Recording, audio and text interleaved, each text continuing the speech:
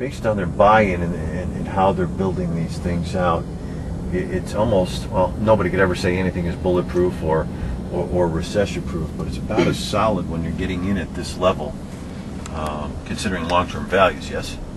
Well, yeah, think about, when you're looking at a house's appreciation and value, you got to consider where is this real estate at. It's all about location. Right. So when you're in a location like this, that that the homeowner association dues are, and again, all the guidelines are to maintain the value of the community, then at least for the next 10 to 15 years, right, the properties are going to be in very good condition.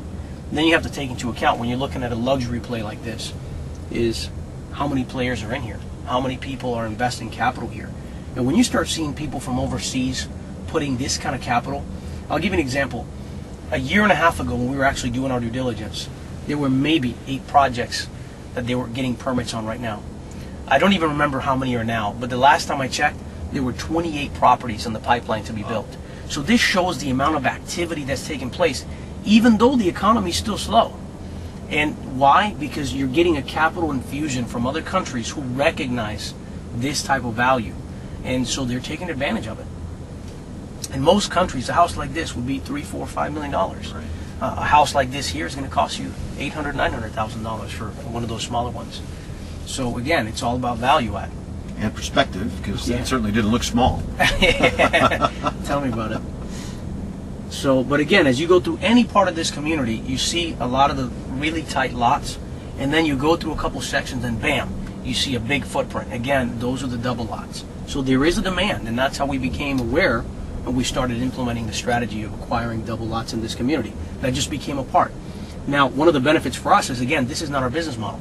So let's say this lasts for another year or two. That's great. But at the end of the day, even if it lasted 8 more months, it's okay for us because, again, we don't depend on this model to survive. This is just an additional component to our real estate investment company.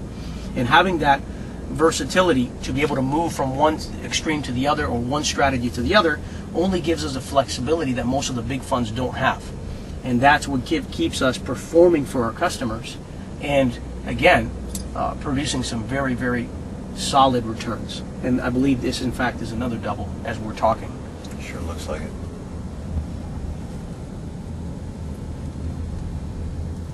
If I recall, I've actually walked this property before. They got their CO and they got it furnished. It's a gorgeous house. Actually, this property is going to probably generate closer to $12,000 a month in gross revenue.